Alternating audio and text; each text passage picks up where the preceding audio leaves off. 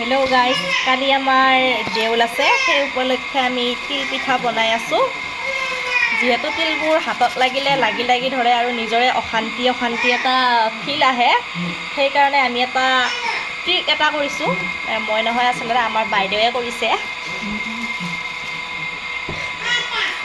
এইখিনি তিলখিনি আমি এটা পলিথিনত, সৰু পলিথিন এটাত ভৰাইছোঁ।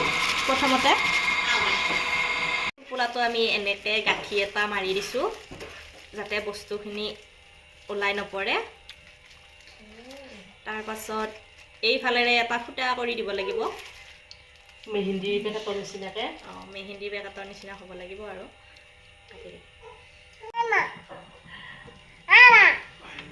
পিঠাগুড়িখিনি এনেকৈ দি ইয়াতে আমি বান্ধি থৈ দিয়া তিলখিনি দিব লাগিব। আৰু দেখিছেনে আপোনালোকৰ ইমান সহজ উপায়। যদি ভাল লাগে আপোনালোকেও চেষ্টা কৰি চাব পাৰে এনেকৈ।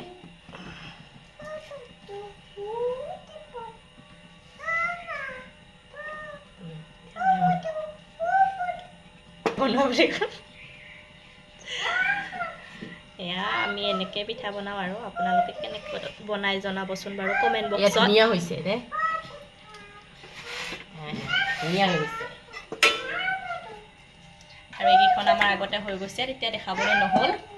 এতিয়া আমি বনাই কিনে দেখাই দিছোঁ। আৰু ভাল লাগিলে লাইক কৰিব, কমেণ্ট কৰিব আৰু শ্বেয়াৰ কৰিব, আৰু এটা ফ'ল' কৰি দিব।